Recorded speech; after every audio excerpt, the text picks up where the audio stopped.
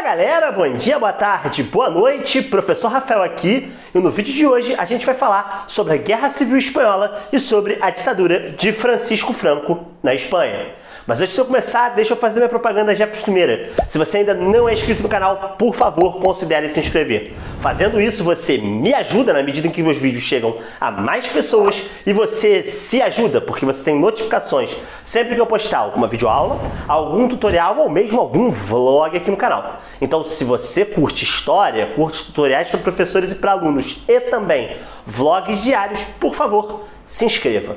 E também me segue nas redes sociais para mais postagens sobre estudos, história e educação e também materiais exclusivos. Então não perde tempo e clica aí em se inscrever e me segue por lá. Bom galera, na aula de hoje a gente vai falar sobre a Guerra Civil Espanhola. E para a gente falar da Guerra Civil Espanhola, a gente tem que ter dimensão de qual país era a Espanha no início do século XX. Bom, o Império Espanhol era uma verdadeira colcha de retalhos. Isso porque, desde a sua unificação, feita lá atrás, na transição da Idade Média para a Idade Moderna, no finalzinho do século XV, o Império Espanhol nunca foi, de fato, um país unificado. Desde a sua unificação, lá atrás, a partir da fusão dos reinos de Aragão e de Castela, a autoridade, sobretudo do Reino de Castela, se impôs a uma série de outras regiões que durante séculos e séculos não se reconheciam necessariamente como regiões espanholas. E isso explodiu no século XIX, em meio a um país extremamente agrário, extremamente atrasado de um ponto de vista social e dos direitos dos trabalhadores, e de um ponto de vista industrial.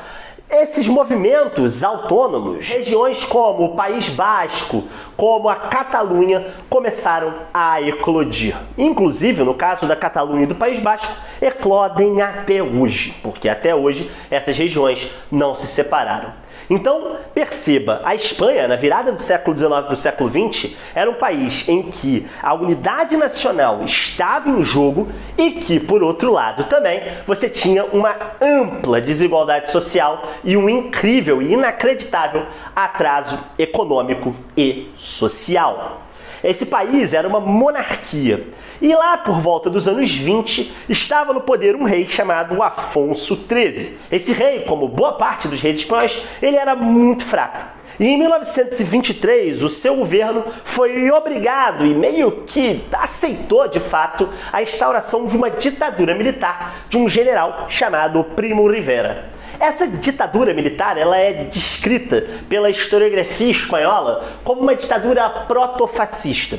Por quê? Porque ela se organiza na mesma década em que os regimes fascistas estão assumindo o poder na Itália, por exemplo, a partir de 1922, se você ainda não viu o vídeo de ascensão do fascismo na Itália, clica aqui em cima no card para você ir lá. E também, a partir ali dos anos 20, com o surgimento do Partido Nazista da Alemanha, que vai chegar ao poder, lógico, na década de 30.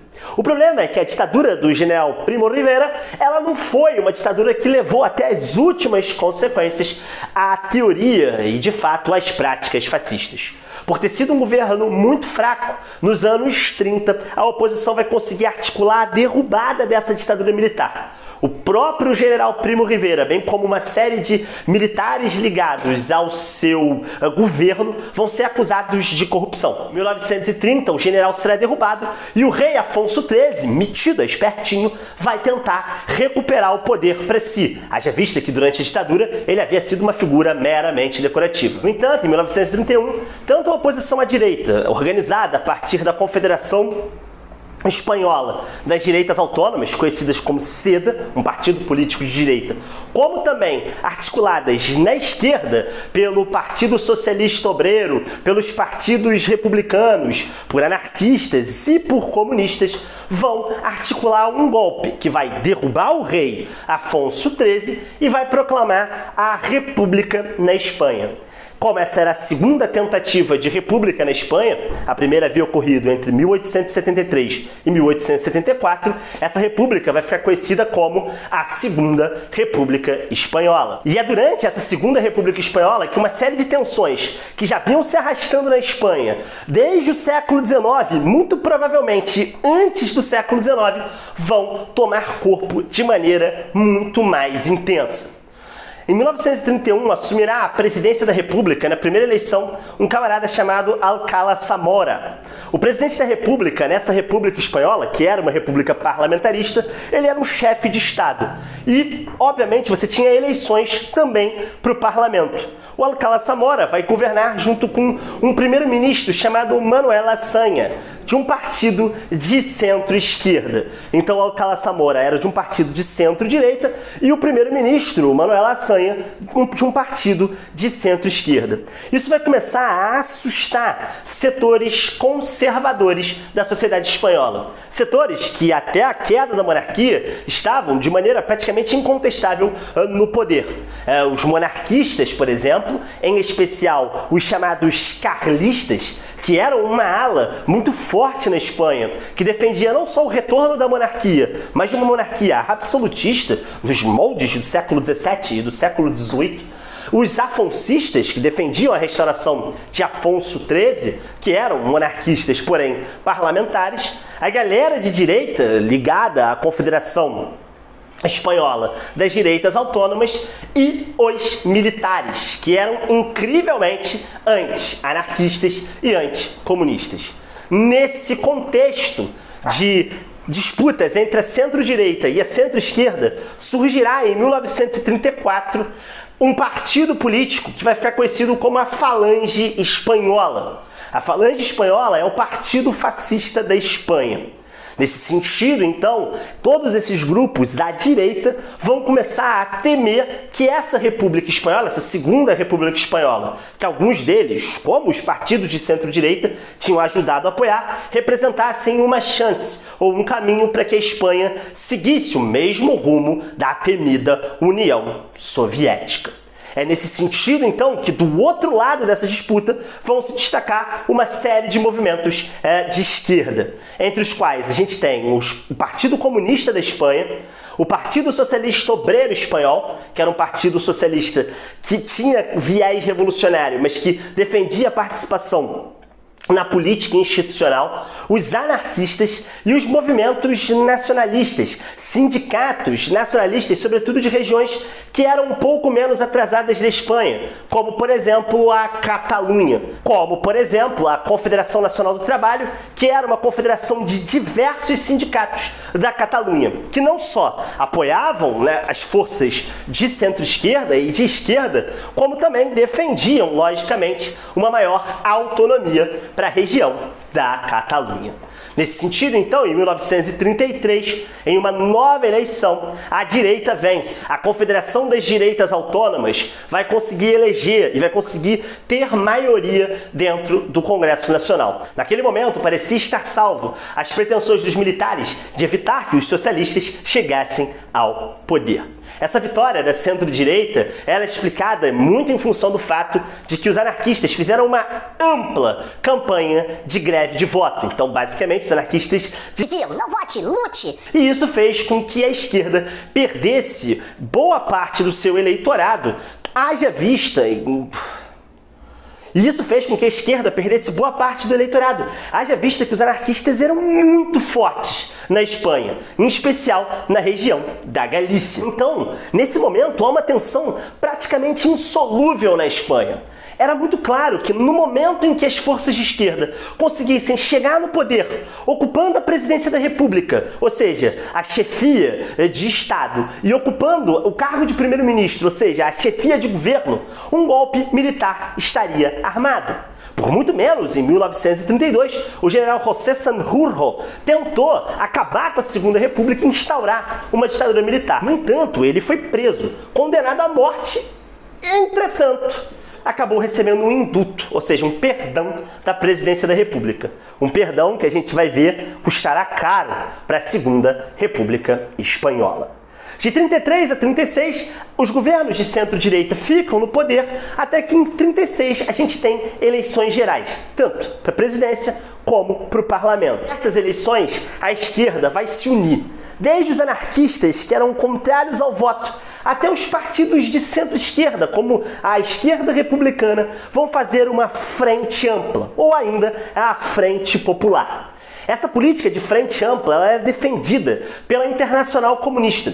Os soviéticos acreditavam que uma forma de barrar o fascismo, ou seja, de barrar os triunfos eleitorais que os fascistas haviam conquistado, em especial recentemente em Portugal e também na Alemanha, se você ainda não viu o nosso vídeo sobre a ascensão do nazismo na Alemanha, clica no card aqui em cima e vai lá, era fazer uma frente ampla, se aliar com pessoas menos radicais no campo da esquerda e até com pessoas mais radicais, como os comunistas, para tentar vencer as eleições, tomar o poder e impedir a ameaça do fascismo. E é isso que tanto o Partido Socialista Obreiro Espanhol, como os sindicatos autonomistas, os movimentos separatistas da Catalunha, do País Basco, o Partido Comunista da Espanha e os anarquistas, juntamente com os partidos de centro-esquerda, como a esquerda republicana, farão. Lançam o candidato Manuel Azaña à presidência. Manuel Azaña vence, e vence com uma expressividade de votos incrível nos grandes centros urbanos, como Madrid, Barcelona e Valência. Nas regiões do interior, a votação vai recair sobre as forças de direita, inclusive na Falange Espanhola, que era o partido de origem fascista. Com a vitória de Manuel Azaña, seria nomeado ao cargo de primeiro-ministro Largo Caballero, que era o principal nome do Partido Socialista Obreiro Espanhol. Era isso. Os socialistas haviam chegado à chefia de governo. Eles estavam no poder. Nesse momento, obviamente, os militares iriam agir.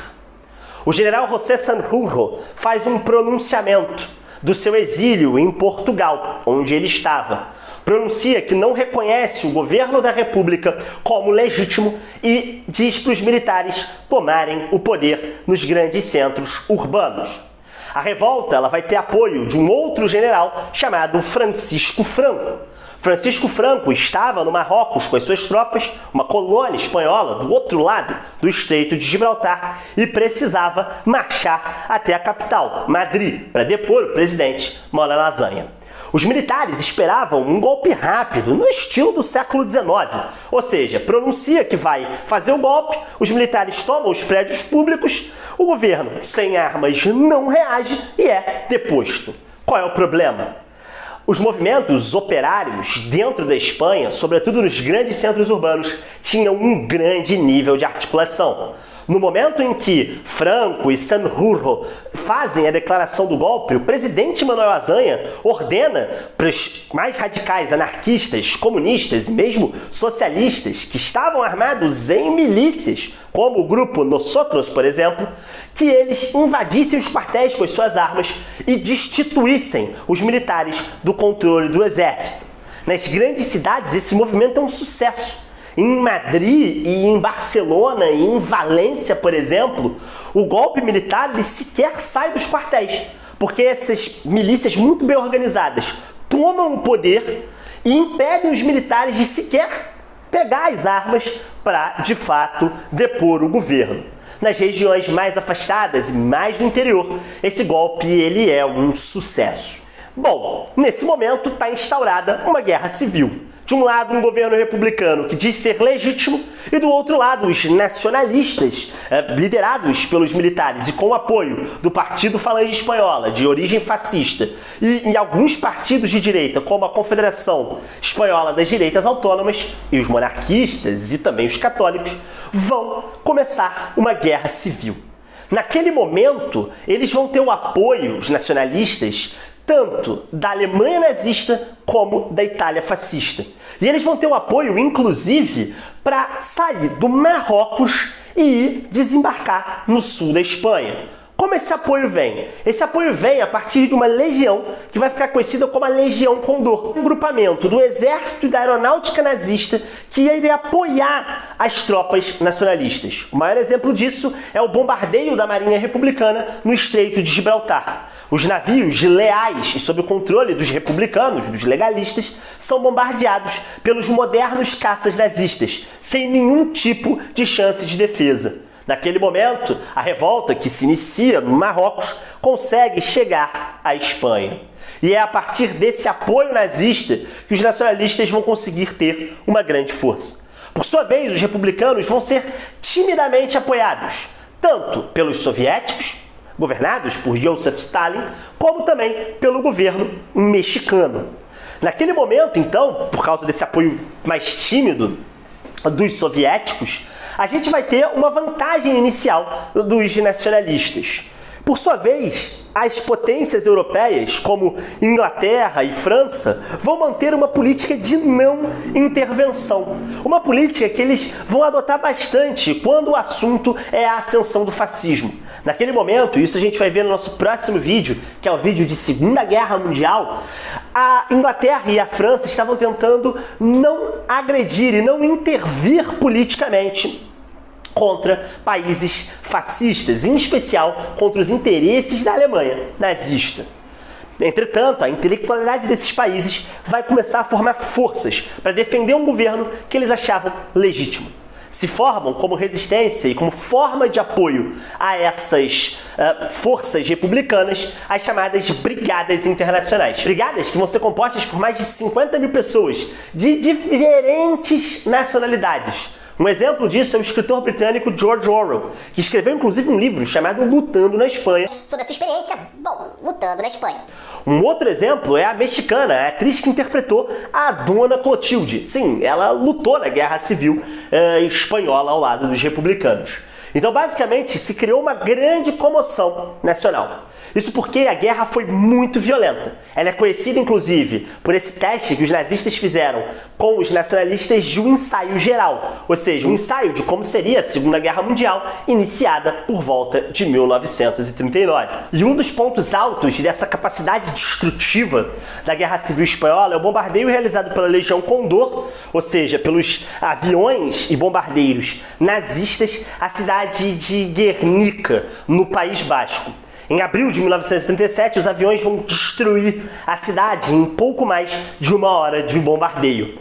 Além dos milhares de mortos civis naquele que era um reduto poderoso dos republicanos, restará uma destruição sem precedentes na história da humanidade. Pela primeira vez ficava claro quantas armas haviam avançado, desde a Primeira Guerra Mundial até aquele momento. O nível da barbárie foi tanto que o pintor Pablo Picasso pintou a obra de Guernica para representar exatamente as pessoas em fragmentos, os objetos e animais em fragmentos. Tamanho foi o poderio daqueles bombardeios. E a guerra, então, ela foi muito dura e muito intensa contra os republicanos. De 36 a 39, o que a gente tem é um sucessivo avanço dos nacionalistas, tomando e bombardeando os centros controlados pelos legalistas republicanos. O exemplo mais dramático disso é o cerco à cidade de Madrid, onde essa frase foi pendurada na cidade de Madrid, que as forças republicanas diziam que Madrid seria a tumba, ou seja, o túmulo do fascismo. Acontece que não foi de fato. Madrid capitula a 26 de março de 1939. Naquele momento, a Guerra Civil chegava ao fim. Centenas de milhares de pessoas teriam sido assassinadas ainda depois da Guerra Civil. Muitos republicanos se exilaram em campos de refugiados no sul da França. Várias dessas forças comunistas e anarquistas prosseguiram a resistência ao regime, que duraria de 1939 a 1975, sendo muitos deles mortos ilegalmente e colocados em campos de concentração e também em campos de extermínio específicos para opositores do regime. Em 1939 tem início uma ditadura fascista que duraria muitas décadas. Francisco Franco estabelece um governo de partido único. transforma a Falange Espanhola em único partido político existente na Espanha, juntando todos os outros partidos de centro-direita ao movimento que vai ficar conhecido como falangismo. Começa uma intensa perseguição aos movimentos separatistas, especialmente onde os focos republicanos foram mais fortes, no País Basco e também na Catalunha. O lema do seu governo era uma Espanha una, grande e libre. E aí eu destaco a expressão una. A ideia de Franco era unir todos esses movimentos dissidentes a partir da cidade de Madrid. Haverá uma imposição muito grande da cultura castelhana e da língua castelhana. As expressões culturais bascas e catalãs começarão a ser intensamente perseguidas. Haverá proibição, por exemplo, do ensino da língua catalã e da língua basca nas escolas. Haverá uma perseguição enorme a toda aquela dissidência dentro da Espanha. E se instaurará um governo tão violento e tão restritivo, não só as liberdades individuais, mas as expressões coletivas de nacionalismo, que por muito tempo esses movimentos separatistas vão passar a odiar Madrid. Uma prova disso é como Francisco Franco utilizou politicamente o Clube Real Madrid. Se vocês quiserem um vídeo sobre isso, deixa aqui nos comentários que eu faço um vídeo sobre essa questão. Mas basicamente Franco vai utilizar o futebol, assim como Mussolini utilizou a Roma para uma mesma finalidade, para mostrar essa hegemonia e para tentar unificar os quatro cantos da Espanha em torno dessa identidade madrilenha, em torno desse único time. Que mostra, obviamente, o quanto Franco estava disposto a construir esta Espanha única, perseguindo tudo aquilo, obviamente, que não permitisse essa construção. Bom, galera, essa foi a nossa aula de Guerra Civil Espanhola. Eu espero que vocês tenham gostado. Se vocês gostaram, deixe seu like aí e compartilha com seus amiguinhos, beleza? Um abração e até a próxima.